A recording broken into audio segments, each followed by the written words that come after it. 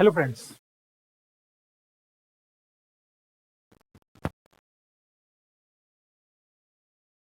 Hello friends. Welcome to MS Maths. In this video we are going to discuss about parabola part 2. Mathematics for BSc and IIT JEM से related मैं यहाँ पे जो topics है वो upload करता हूँ. मैं मेरा इंट्रोडक्शन दे देता हूँ. This is Manoj Solanki, educator for mathematics and physics. मैं मेरे यूट्यूब चैनल MS मैथ्स पे जो IIT जेम्स एंड जो BSc है फर्स्ट ईयर उससे रिलेटेड टॉपिक्स जो है मैंने अपलोड कर रखे हैं. सो आप हमारी प्लेलिस्ट में जाके देख सकते हैं. और अभी हमारे चैनल को अगर सब्सक्राइब नहीं किया है तो आप सब्सक्राइब जरूर कर लें ताकि आपको हमारे जो नोटिफिकेशन है वो टाइम टू टाइम मिलते रहे. यहाँ पे मैं मैथमेटिक्स एंड फिजिक्स से रिलेटेड वीडियोस जो है मैं अपलोड करता रहता हूँ. अभी हम एक सीरीज चला रहे हैं जिसमें हम बात कर रहे हैं सम बेसिक्स ऑफ जो मैथमेटिक्स होते हैं इन वन वीडियो. ओके, एक ही वीडियो में हम जो है डिस्कस करने की कोशिश करते हैं कि जो भी ऑल जो कंसेप्ट होते हैं लाइक ज्योमेट्रिकल कंसेप्ट एंड जो अदर टाइप के भी जो एनालिसिस के होते हैं, कैलकुलस के होते हैं, वो सारे मैं यहाँ पे अलग अलग टाइप के वीडियोज में अपलोड करूंगा. सो आज की इस सीरीज में हम बात करने वाले हैं पैराबोला के बारे में. इससे पहले भी मैंने पैराबोला का एक वीडियो बना रखा है जिसमें डिस्कस किया है पैराबोला होता क्या है in actual life, in real life. So बात कर रहे हैं हम यहाँ पे पैराबोला के इक्वेशंस के बारे में. जो टॉपिक मैं कवर करने वाला हूँ वो मैंने यहाँ पे मेंशन कर रखा है. तो टाइप ऑफ पैराबोला मैं यहाँ पे आपको पढ़ाऊंगा. ओके, डिफरेंट टाइप्स में यहाँ पे बताऊंगा और स्टैंडर्ड टाइप्स में यहाँ पे बताऊंगा.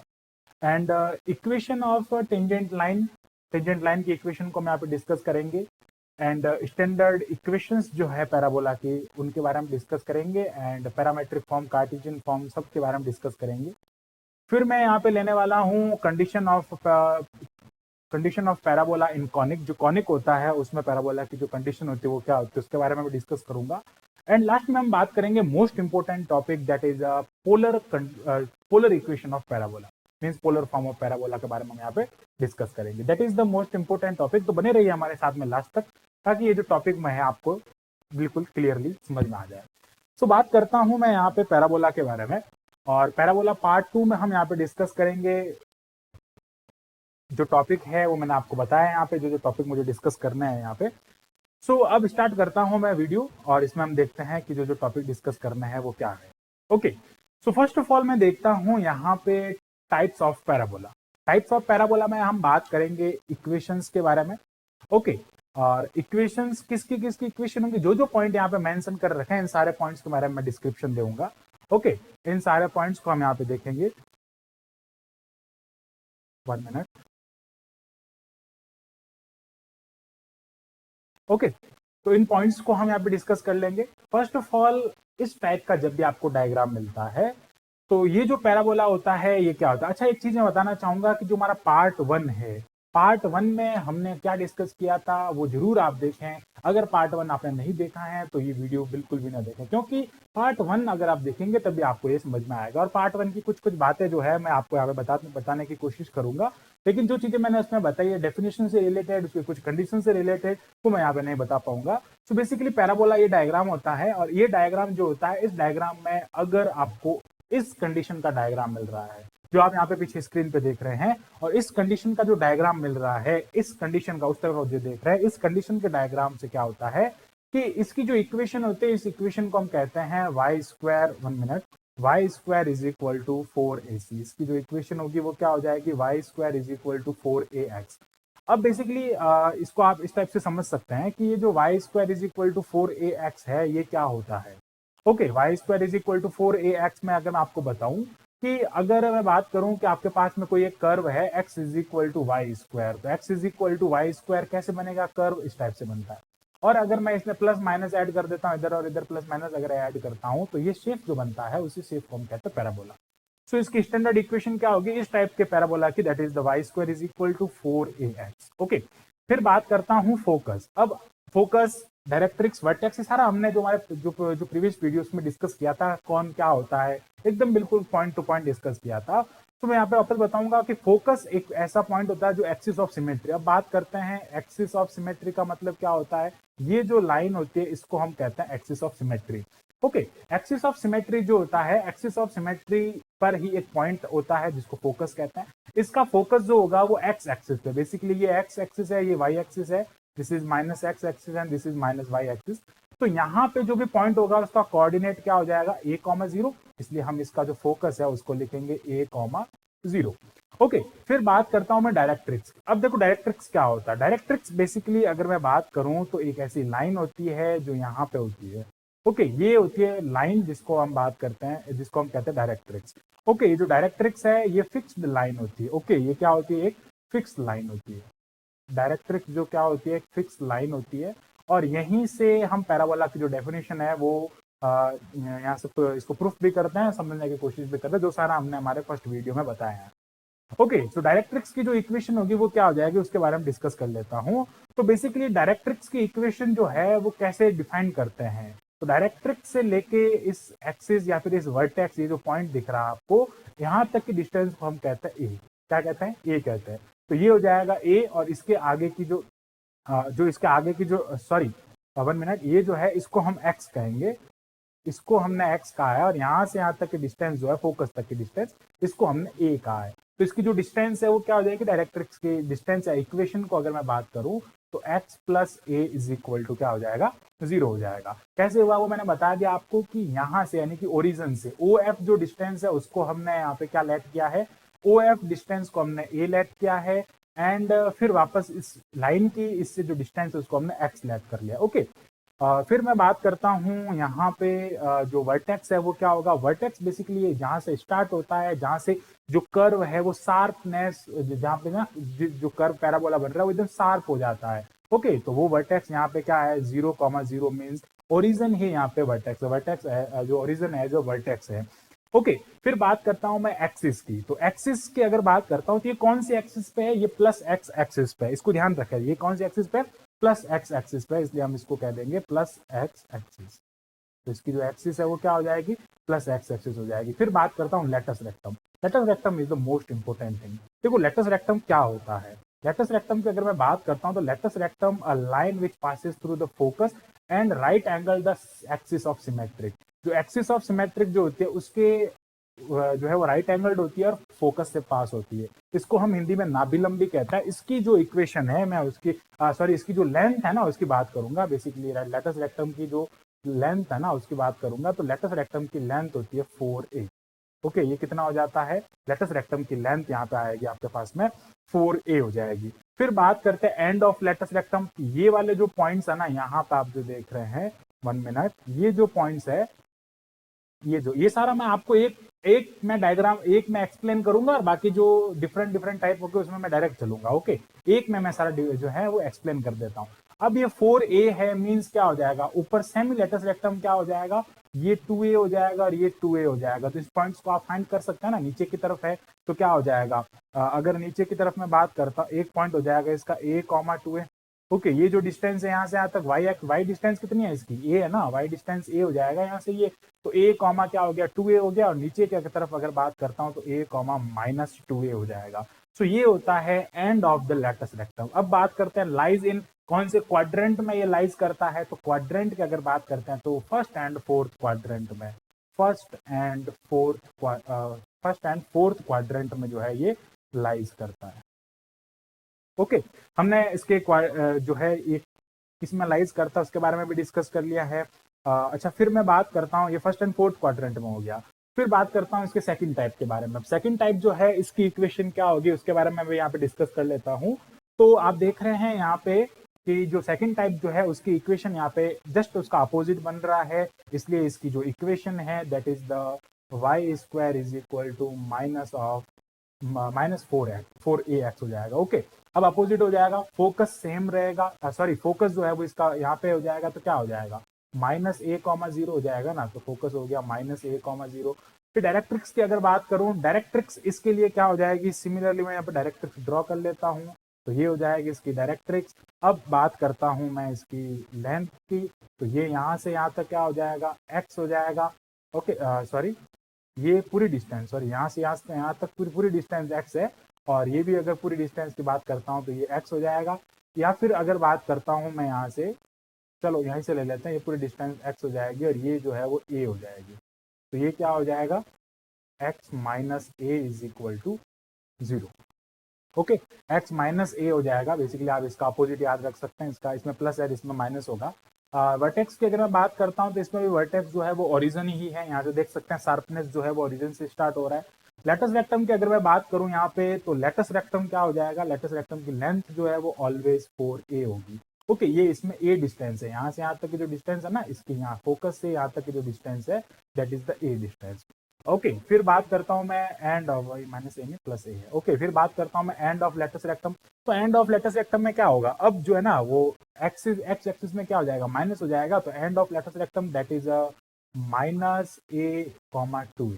ओके, देख रहे हैं ना, यहाँ पे क्या था, एक बार x प्लस था, यहाँ पे x प्लस है, यहाँ पे x सॉरी जो y प्लस है, फिर यहाँ पे x प्लस है, लेकिन y जो है वो अपोजिट डायरेक्शन में ना, नीचे की तरफ है, फोर्थ क्वाड्रेंट में y माइनस होता है। सिमिलरली यहाँ पे हो जाएगा minus A 2a and minus A minus 2a। Okay, हमने इस पॉइंट्स की बात की है, यहाँ से जो लेटस रेक्टम निकलेगा इस टाइप से होगा, ये लेटस रेक्टम हो जाएगा। और इसके हमने एंड पॉइंट की या फिर अगर इसको ना ऐसे ड्रॉ करना चाहिए ऑलवेज, ये इसके एंड पॉइंट होते हैं। ओके, जो पैराबोला को कट करते हैं, ये ध्यान रखें, इसके एंड पॉइंट्स हो जाएंगे। फिर बात करता हूँ लाइज कहाँ कर रहे हैं, ये लाइज कर रहे हैं, आप देख सकते हैं यहाँ पे second quadrant, 1 minute, second quadrant and third quadrant में ये लाइज कर रहा है। ओके, फिर बात कर लेता हूं मैं यहाँ से कि जो नेक्स्ट इसका टाइप होगा वो क्या हो जाएगा, पैराबोला का नेक्स्ट टाइप जो होगा ये हो जाएगा। अब इसकी जो इक्वेशन है वो क्या हो जाएगी, अगर मैं डिस्कस करूं, अब मैं डायरेक्ट चल रहा हूं, थोड़ा फास्ट चलूंगा। इसकी इक्वेशन एक बार इसको थोड़ा एक्सप्लेन कर लेता हूं। अब ये जो है वो अपोजिट डायरेक्शन में, मीन्स ये वाई एक्सिस पे, ये एक्स एक्सिस हो जाएगी, ये वाई एक्सिस हो जाएगी। तो वाई एक्सिस में है तो इसलिए इसमें लिखेंगे X square is equal to 4by। क्या लिखेंगे, 4by लिखेंगे। तो इसका फोकस जो है वो यहाँ से हो जाएगा, फोकस से इसके जो डिस्टेंस हो जाएगी वो b हो जाएगी, इसलिए हम इसको क्या कहेंगे, 4by कहेंगे। ओके, फिर बात करता हूं मैं इसके फोकस की। तो फोकस कहाँ पे हो जाएगा, इसका फोकस हो जाएगा b,0। ओके, यहाँ पे है ना, तो ये b,0 हो जाएगा। अब डायरेक्ट्रिक्स की बात कर लेता हूँ, तो डायरेक्ट्रिक्स कहाँ पे बनेगी, इसकी डायरेक्ट्रिक्स यहाँ पे बनेगी। ओके, तो ये हो जाएगी इसकी डायरेक्ट्रिक्स। और डायरेक्ट्रिक्स की इक्वेशन की बात करता हूँ, that is 1 minute, that is the y plus B, that is the y plus B is equal to 0। और वर्टेक्स की बात करता हूं तो वर्टेक्स तो 0,0 रहेगा, 0,0 से स्टार्ट हो रहा है। एक्सिस की अगर मैं बात करता हूं तो ये 1 मिनट, यहाँ पे साइड मैंने एक्सिस की बात नहीं की है। ओके, ये एक्सिस पॉइंट है, यहाँ पे एक्सिस है ना माइनस एक्स है, और यहाँ पे अगर मैं बात करूं तो एक्सिस क्या हो जाएगी, प्लस एक्सिस हो जाएगी, प्लस वाई एक्सिस हो जाएगी। Okay, plus Y axis. फिर बात किया मैंने लेटस रेक्टम के बारे में। लेटस रेक्टम क्या होता है, इसके यहाँ से जो पास होती है ऐसे पास होती है। अब लेटस रेक्टम यहाँ पे क्या हो जाएगा, लेटस रेक्टम की लेंथ की बात करता हूँ मैं, length of latus rectum that is 4b हो जाएगा। और एंड्स की अगर मैं बात करता हूँ इनके, और इनके एंड्स क्या हो जाएंगे इस टाइम पे, 2b एंड b। अब 2b कैसे हुआ, अगर ये यहाँ से पास हो रही है तो ये वाला आप पार्ट देखेंगे, ये वाला पार्ट देखेंगे, और ये क्या हो जाएगा 2a, सॉरी 2b, ये डिस्टेंस b है ना, तो यहाँ से हो जाएगा 2b, और ये जो है वो b आ जाएगा वापस यहाँ पे। ओके, तो 2b और b हो जाएगा। सिमिलरली अगर मैं इसके लिए बात करूंगा तो x एक्सिस माइनस हो जाएगा, माइनस 2b एंड b हो जाएगा। Okay, minus 2b and b हो जाएगा। फिर बात करता हूँ लाइज किस में कर रहा है, ये कहाँ ये कौन से क्वाड्रेंट में है। तो कौन से क्वाड्रेंट है उसके लिए मैं यहाँ पे डिस्कस कर लेता हूँ, कौन से क्वाड्रेंट में है। तो ये हो जाएगा आपका first quadrant and second quadrant में। You can see in this picture, first and second quadrant में ये लाइज कर रहा है। फिर बात करता हूँ मैं इसके बारे में, और इसकी जो इक्वेशन है वो क्या हो जाएगी, इसकी इक्वेशन ध्यान रखें आप, X square is equal to minus of 4by हो जाएगी इसकी इक्वेशन। ये कौन से एक्सिस के लिए होगा, ये माइनस वाई एक्सिस के लिए हो जाएगा, नीचे की तरफ है। अब बात करता हूँ इसके फोकस की, तो फोकस यहाँ पे हो जाएगा, इसकी जो डिस्टेंस है that is the minus b। Distance always is positive, but हम इसको डिनोट करते हैं कि ये जो है डाउनवर्ड है, वाई एक्सिस की तरफ है। ओके, या फिर हम इसको डायरेक्ट b भी लिख सकते हैं, नो प्रॉब्लम। तो फोकस क्या हो जाएगा, माइनस b,0 हो जाएगा फोकस के कोऑर्डिनेट। डायरेक्ट्रिक्स की अगर बात करता हूं तो डायरेक्ट्रिक्स इसकी अब ऐसे हो जाएगी, ऊपर की तरफ हो जाएगी। ओके, ये हो जाएगी डायरेक्ट्रिक्स। और डायरेक्ट्रिक्स की इक्वेशन क्या हो जाएगी, y माइनस बी, बिकॉज ये जो डिस्टेंस है दैट इज द b, और वो कौन सी डी है, नेगेटिव b, बिकॉज डाउनवर्ड है, तो minus B is equal to 0 हो जाएगा। और वर्टेक्स हमने सब में जो है अभी तक पढ़ने उन सब में 0,0 लिया, means origin as a vertex लिया है। फिर बात करता हूँ मैं लेटस रेक्टम की। लेटस रेक्टम यहाँ से यहाँ तक इस टाइप से हो जाएगा, ये लेटस रेक्टम हो जाएगी। और लेटस रेक्टम की अगर बात करता हूँ तो उसकी लेंथ क्या हो जाएगी, 4b हो जाएगी। ओके, अब आप कहेंगे कि इनमें 4b क्यों, यहाँ पे तो -4b होना चाहिए, बट ध्यान रखें distance is always in positive, कभी डिस्टेंस जो होती है वो नेगेटिव नहीं होती है। और अब मैं बात करूं कि इनके जो पॉइंट्स हो जाएंगे वो क्या हो जाएंगे, पॉइंट्स की अगर मैं बात करता हूँ, coordinate that is 2b, -b and -2b, -b। Okay, तो इस चीज को ध्यान रखें। यू कैन सी नाउ, यहाँ पे आप देख सकते हैं, यहाँ पे हमने लिख रखा है -2b और b हो जाएगा। फिर मैं बात करता हूँ, नीचे हमने एक पॉइंट लिख रखा है उस तरफ, लाइज इन, किस में लाइज कर रहा है, तो आप देख सकते हैं यहाँ पे किस में लाइज करेगा, लाइज कहाँ पे कर रहा है, आप देख सकते हैं third quadrant and fourth quadrant में। आप मेरे पीछे देख सकते हैं, हमने चारों टाइप के जो पैराबोला है उनको डिस्कस किया है। ये स्टैंडर्ड टाइप्स होते हैं पैराबोला के। अब मैं बात करता हूँ इक्वेशन ऑफ टेंजेंट लाइन की। सो देखें आप यहाँ पे, equation of tangent line basically होता क्या है। So equation of tangent line का मीनिंग होता है, आप ध्यान रखें कि जो टेंजेंट को टच कर, जो जो पैराबोला को टच करती है उसको हम कहते हैं इक्वेशन ऑफ टेंजेंट लाइन। तो इसका मैं सीधा फंडा बताता हूँ कैसे इसको लिखना होता है। इक्वेशन ऑफ टेंजेंट लाइन आप कैसे लिखेंगे, अक्सर लोग यहाँ पे कंफ्यूज हो जाता है कि इक्वेशन ऑफ टेंजेंट लाइन हम कैसे लिखें। तो बिल्कुल सिंपल है, मैं सबसे पहले जो है कार्टेशियन कोऑर्डिनेट के लिए बता देता हूँ। मैं यहाँ पे 3 टाइप बताऊंगा इक्वेशन के लिए। सो फर्स्ट मैं यहाँ पे लिख रहा हूँ y1 is equal to 1 minute, okay, y1 is equal to 2ax plus x1। Okay, ये हो जाएगा कार्टेशियन कोऑर्डिनेट, कार्टेशियन कोऑर्डिनेट के लिए सिस्टम। जो कार्टेशियन कोऑर्डिनेट सिस्टम होता है जिसमें x एंड y में पैराबोला की इक्वेशन गिवन होती है, उस टाइम पे आपको ये जो है इक्वेशन जो है याद रखनी है, उस टाइम पे इस इक्वेशन का यूज करना है। सेकंड अगर मैं बताऊं, जिसको हम कहते हैं parametric form, parametric form that is the yt is equal to x plus A T square. अब ये कैसे होता है इसके बारे में हम डिस्कस कर लेंगे कि इसका मीनिंग क्या होता है, या फिर ये 2a जो होता है वो कहाँ चला गया। इसको हम कहते हैं पैरामेट्रिक फॉर्म। ओके, ये जो होता है वो पैरामेट्रिक फॉर्म होता है। ओके, ये पैरामेट्रिक फॉर्म के बारे में डिस्कस किया। अब मैं बात कर रहा हूं यहाँ पे जो आपको है slope form. Okay, slope form का मीनिंग क्या हो जाएगा, y is equal to m plus, sorry 1 minute, y is equal to mx plus a by m, that is the slope form of parabola. ये पैराबोला की slope form है। अब कैसे slope form है इसको भी मैं बता देता हूँ।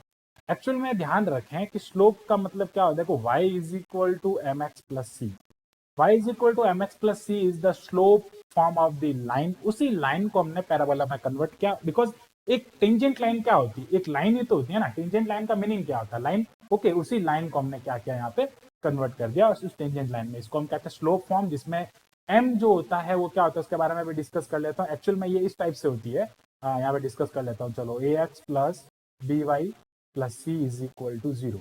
ओके, ये इस टाइप से होती है। अब यहाँ पे जो m है ना, वो क्या होता है, m is equal to minus A by B. Okay, जो ढाल है इसको हम स्लोप कहते हैं। इसका मीनिंग ये होता है माइनस ए बाई बी, यानी कि minus of coefficient x upon plus of coefficient y। Okay, minus coefficient of x and coefficient of y। इसका मीनिंग ये होता है this is the slope form of a line. And इस slope form से हमने ये जो है पैराबोला की स्लोप फॉर्म की टेंजेंट फाइंड की है। अब बात आती है पैरामेट्रिक फॉर्म। पैरामेट्रिक फॉर्म का मीनिंग क्या होता है, लेकिन उससे पहले एक बार मैं आपको इसकी कुछ स्टैंडर्ड इक्वेशंस जो है वो बता देता हूँ। तो स्टैंडर्ड इक्वेशन को हम यहाँ पे समझते हैं। पैराबोला की स्टैंडर्ड इक्वेशन होती है y square is equal to 4ax। ये इसकी एक स्टैंडर्ड इक्वेशन होती है, जनरल इक्वेशन होती है। ओके, और फिर बात करता हूं मैं यहाँ पे इसकी पैरामेट्रिक, ये किस में होती है, कार्टेशियन। ओके, ये किस में हो जाएगी, कार्टेशियन फॉर्म में हो जाएगी। और फिर बात कर लेता हूं मैं parametric form, x is equal to A T square and y is equal to 280। This is the parameters of parabola. ये पैराबोला के पैरामीटर्स होते हैं, you can see. Okay, parameters जो होते हैं वो क्या होते हैं, x is equal to A T square and y is equal to 280। Parameter का मतलब होता है हम एक थर्ड वेरिएबल का यूज यहाँ पे करते हैं जो कि इनको डिपेंड करता है। इट मीन्स इसको आप समझे, देखो x is a function of T and Y is also function of T, so इसको हम कहते हैं पैरामेट्रिक फॉर्म। तो इसको भी आप समझ लें यहाँ पे। अब हमको क्या करना है कि पैरामेट्रिक फॉर्म से आपको अगर टेंजेंट बनानी है ना, यहाँ से हम यहाँ चलते हैं, इसको समझो। देखो यहाँ पे हमने क्या कहा, y1 है, y1 को हमने किससे रिप्लेस कर दिया, y1 को हमने y मीन्स 280 से रिप्लेस कर दिया, 280 हो गया। 2a से 2a जो है वो कट हो जाएगा, सिमिलरली a1 जो x1 जो है वो a t² हो जाएगा। तो ये इसका एक्चुअल जो है फॉर्मेशन हो जाएगा कि पैरामेट्रिक फॉर्म या कार्टेशियन फॉर्म में जो है। एक्चुअल में मीनिंग सबका एक है, बट अगर आपको जिस टाइप की इक्वेशन गिवन है आप उस टाइप का आप यहाँ पे फाइंड कर सकते हैं। फिर मैं बात करना चाहूंगा यहाँ पे second degree equation of conic. अब देखो second degree equation of conic का मीनिंग क्या होता है। ओके, सेकंड डिग्री इक्वेशन जो होती है कॉनिक की, उसका मीनिंग क्या होता है। देखो सेकंड डिग्री इक्वेशन एक्चुअल में होती क्या है, मैं उसके बारे में डिस्कस कर लेता हूँ। सेकंड डिग्री इक्वेशन बेसिकली ये होती है for a conic ax² plus by² plus 2hxy plus 2gx plus 2fy plus c is equal to 0। ये होता है second degree equation of conic. अब इससे हम क्या करते हैं, डिटर्मिनेंट फाइंड करते हैं। कैसे डिटर्मिनेंट फाइंड करता है, आप यहाँ पे देखें, a h g b c, यहाँ पे होता है f। 1 मिनट, इसको मैं आपको लिखने का इसका जो ट्रिक है ना वो भी बता देता हूँ। इसका ट्रिक भी क्या है वो भी हम डिस्कस कर लेते हैं। डिटर्मिनेंट हम यहाँ पे फाइंड करते हैं, और डिटर्मिनेंट कैसे लिखते हैं, देखो डायगोनल एलिमेंट में आप क्या करें, ऑलवेज ABC लिखें। ये हमने डायगोनल एलिमेंट में ABC लिख दिया। फिर क्या करेंगे, यहाँ पे H लिखेंगे, यहाँ पे G लिखेंगे, इनको इधर लिख देंगे, यहाँ H हो जाएगा, यहाँ पे G हो जाएगा, और यहाँ पे F लिखेंगे और यहाँ पे F हो जाएगा। तो ये इसका डिटर्मिनेंट लिखने का फॉर्मेट हो गया कि जब भी सेकंड डिग्री इक्वेशन का डिटर्मिनेंट फाइंड करेंगे तो कैसे फाइंड करेंगे और करना क्यों है डिटर्मिनेंट फाइंड, तो बताते हैं आपको। यहाँ से दो केस बनते हैं। पहला केस ये होता है कि determinant is equal to 0। Determinant is equal to 0 जो होता है वो किसको रिप्रेजेंट करता है, स्ट्रेट लाइन को। ये किसको रिप्रेजेंट करता है, स्ट्रेट लाइन को। स्ट्रेट लाइन जो होती है वो कॉनिक नहीं होती है ना, तो क्या हो जाएगा, कॉनिक को रिप्रेजेंट नहीं कर रहा है, वो स्ट्रेट लाइन को रिप्रेजेंट कर रही है, वो कॉनिक नहीं होगा। फिर बात कर लेता हूं मैं कि delta not is equal to 0, this represent the conic. अब यहाँ पे बात आती है कि पैराबोला में हमने इसको क्यों पढ़ा, तो बताते हैं आपको। सो इसमें हमने कहा था कंडीशंस के बारे में। हमको यहाँ पे बेसिकली क्या पढ़ना है, कंडीशन पढ़नी है। किसकी कंडीशन पढ़नी है, पैराबोला की कंडीशन। सो इस इक्वेशन को मुझे अगर पैराबोला की इक्वेशन बनाना है तो क्या कंडीशन फॉलो करनी होगी। कंडीशन ये फॉलो करनी होगी आपको यहाँ पे कि a is equal to, 1 minute, जो है कंडीशन यहाँ पे फॉलो करनी होगी वो क्या हो जाएगी, a is equal to ab is equal to h²। क्या कंडीशन फॉलो करनी होगी आपको यहाँ पे, ab is equal to h²। Okay, AB का जो मल्टीप्लाई है वो किसके इक्वल हो जाएगा, h² के इक्वल हो जाएगा। तो ये जो कंडीशन है that is the condition for parabola. Okay, ये जो कंडीशन आप यहाँ पे फॉलो कर रहे हैं that is the condition for parabola. Okay, फिर बात कर लेता हूं मैं यहाँ पे कि जो पैराबोला की कंडीशन और यहाँ पे क्या होती है इन फॉर्म ऑफ इसेंट्रिसिटी।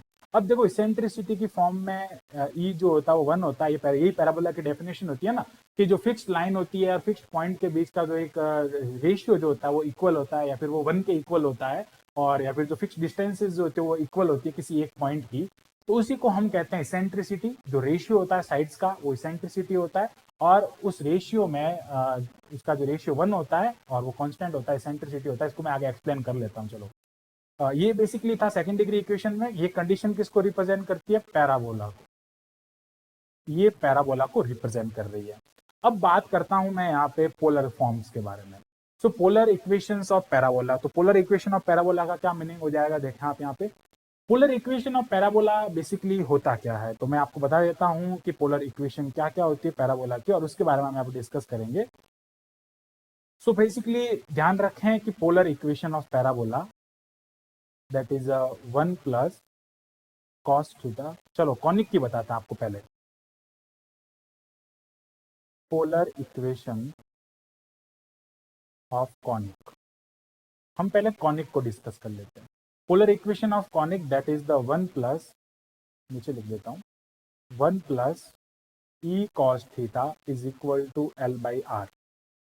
अब ये देखें एल क्या है, आर क्या है। ओके, सो ये इसकी इक्वेशन होती है। ओके, एल बाई आर हो जाएगी। अब हमने कहा था for parabola, for parabola E is equal to 1, E means eccentricity जो होता है वो 1 होता है। तो इसको समझा, यहाँ पे एल क्या है, आर क्या है, थीटा क्या है। सो बेसिकली हम पोलर फॉर्म की बात कर रहे हैं। पोलर फॉर्म का क्या मीनिंग होता है? पोलर फॉर्म का मीनिंग होता है कि एक लाइन जो है, एक पॉइंट, इसके बारे में आपको पता होना चाहिए बट मैं थोड़ा सा बेसिक बता देता हूँ। एक पॉइंट से एक लाइन पास होती है जिसको हम इनिशियल लाइन कहते हैं, जो कि एक्स एक्सिस की फॉर्म में होती है। यहां से आपको अगर कोई पी पॉइंट फाइंड करना तो उसकी आप सिचुएशन, उसका एड्रेस कैसे बताएंगे? ये आर है, उसका एड्रेस कैसे बताएंगे? ये हो जाएगा आर और ये हो जाएगा थीटा, मीन्स इसका कोऑर्डिनेट आर एंड थीटा में होता है। It means R and theta से हम किसी पॉइंट का एड्रेस रिप्रेजेंट करते हैं।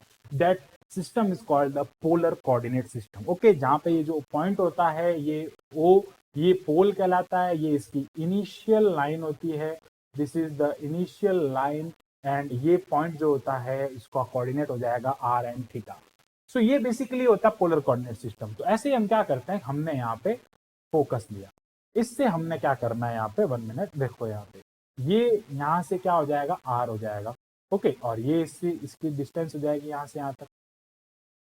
चलो मैं यहाँ पे डायरेक्ट्रिक्स सिलेक्ट कर देता हूँ, ये डायरेक्ट्रिक्स हो जाएगी, इसकी फिक्स्ड लाइन हो जाएगी। अब देखो समझो इसको, ये है फिक्स्ड लाइन,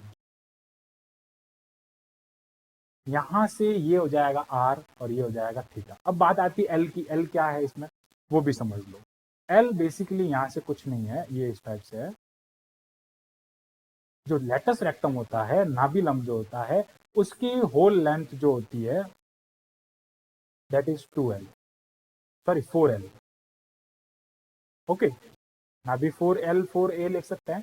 इसके बारे में हमने कह दिया कि ये वाली जो डिस्टेंस है उसको हमने एल ऐड कर दिया, जो कि 2a के इक्वल होती है।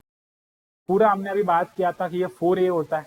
ओके, 4a होता है, जिसमें से ये 2a जो होगा इसको हमने l ऐड कर दिया। ओके, ये जो डिस्टेंस जिसको हम कहते हैं semi latus rectum, semi latus rectum, semi latus rectum हमने यहाँ पे इसको जो है वो कंसिडर कर लिया है। सेमी लेटस रेक्टम आर हो जाएगा, सॉरी एल हो जाएगा। ये आर आप लोगों को मैंने बता ही दिया, ये पॉइंट होता है यहाँ से, और इसकी भी डिस्टेंस जो है हम यहाँ से कंसिडर करते हैं, ये भी इसका भी रेशियो लेता है। अब आपको समझाता हूँ पैराबोला की जो डेफिनेशन एक्चुअल में है क्या। ये डिस्टेंस और ये डिस्टेंस, ये डिस्टेंस यहाँ पे पी पॉइंट ले लेता हूँ, यहाँ पे मैं जेड ले लेता हूँ, यहाँ पे मैं ओ पॉइंट ले लेता हूँ। So basically OP is equal to P Z, that is called the definition of parabola. Means क्या हो जाएगा, OP upon P Z is equal to 1, और ये 1 ही इसकी क्या होती है, इसेंट्रिसिटी होती है। मीन्स ये डिस्टेंस का जो रेशियो होता है इसी को हम इसेंट्रिसिटी कहते हैं। और यहाँ पे E is equal to 1 put कर दिया तो हमको मिलेगा पैराबोला की equation 1 plus cos theta is equal to L by R. Okay, आप इसको सॉल्व भी कर सकते हैं आगे, आप इसको किस फॉर्म में लिख सकते हैं, ये हो जाएगा 2 cos square theta by 2 is equal to L by R. That means ये हो जाएगा 2r is equal to L by cos square theta by 2, and ये हो जाएगा 2r is equal to L sec square theta by 2, and r is equal to L by 2 sec square theta by 2। This is the solve equation. हम कह सकते हैं कि हमने काफी सॉल्व करने के बाद में इस इक्वेशन को फॉर्म किया है। तो ये हो जाएगा एक्चुअल मीनिंग। अब हम एक स्पेशल केस के बारे में भी डिस्कस कर लेते हैं कि स्पेशल केस क्या है, कि पोलर जो इक्वेशन है उसका स्पेशल केस क्या हो जाएगा। कि जरूरी नहीं है कि ऑलवेज जो है ये इसकी जो एक्सिस है, ये एक्सिस जो है सिमेट्रिक ऑफ एक्सिस जो है वो इसके साथ में कंसिस्ट करे। मीन्स ये इसको हम कहते हैं सिमेट्रिक, एक्सिस ऑफ सिमेट्रिक।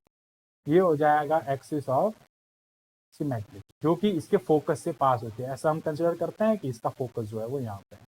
जरूरी नहीं है कि ऑलवेज ऐसा, इट डजेंट मैटर कि यहाँ पे जो है वो एक्सिस क्या है। एक्सिस को अपने को इतना ध्यान रखना है कि ये इसकी एक्सिस ऑफ सिमेट्रिक है। ओके, ये जरूरी नहीं है कि ऑलवेज ये सिमेट्रिक रहे। मीन्स अपनी जो actual X axis, Y axis, X dash axis and Y dash axis ये है। यहाँ पे पैराबोला की जो इक्वेशन होगी वो क्या होगी, तो उसके बारे में मैं डिस्कस कर लेता हूँ। यहाँ पे पैराबोला की जो एक्चुअल इक्वेशन होगी वो क्या हो जाएगी, उसके बारे में डिस्कस कर लूंगा मैं, 1 मिनट। ओके, तो यहाँ पे हमने कहा था कि जो एक्सिस ऑफ सिमेट्रिक है वो यहाँ से थीटा एंगल पे, कितने एंगल पे हो जाएगी, थीटा एंगल पे। ये वाला जो एंगल है इस एंगल को हमने थीटा एंगल लेट कर दिया। थीटा एंगल पे, सॉरी थीटा तो आ गया ना, वहाँ पे अल्फा एंगल पे ये इंक्लाइंड है। झुकी हुई है अल्फा एंगल पे। तो इसकी जो इक्वेशन हो जाएगी, हमने स्टैंडर्ड इक्वेशन क्या बताया पैराबोला की इन पोलर फॉर्म, 1 प्लस हमने कहा था कि 1 plus cos theta is equal to L by R, general equation की बात कर रहा हूँ। अगर इसकी अगर इक्वेशन फाइंड करनी है तो 1 plus cos theta minus alpha is equal to L by R. Because अभी जो आप फाइंड कर रहे हैं ये ऐसे हो जाएगा, ये पूरा थीटा हो जाएगा जिसमें से आपको अल्फा जो है, मीन्स यहाँ से देखो ये पूरा थीटा हो गया और ये अल्फा हो गया। तो आपको क्या करना पड़ेगा, पूरा थीटा जो है वो एक्सिस से लेट होता है, एक्सिस से लेट होता है। ओके, तो ये इस थीटा में से आपको अल्फा क्या करना पड़ेगा, लेस करना पड़ेगा, और अल्फा लेस करेंगे तो आपको जो इक्वेशन मिलेगी that is the standard equation of parabola in this condition. So यहाँ तक हमने बहुत कुछ डिस्कस कर लिया है, जिसमें हमने जो टॉपिक मैंने आपको सबसे पहले बताए थे उसके बारे में हमने डिस्कस कर लिया है, इन सभी जो 5 टॉपिक इनके बारे में। सो आई होप आपको जो पूरा टॉपिक है वो क्लियर हुआ होगा। So thanks for watching this video. Keep watching MS Maths and subscribe the channel MS Maths.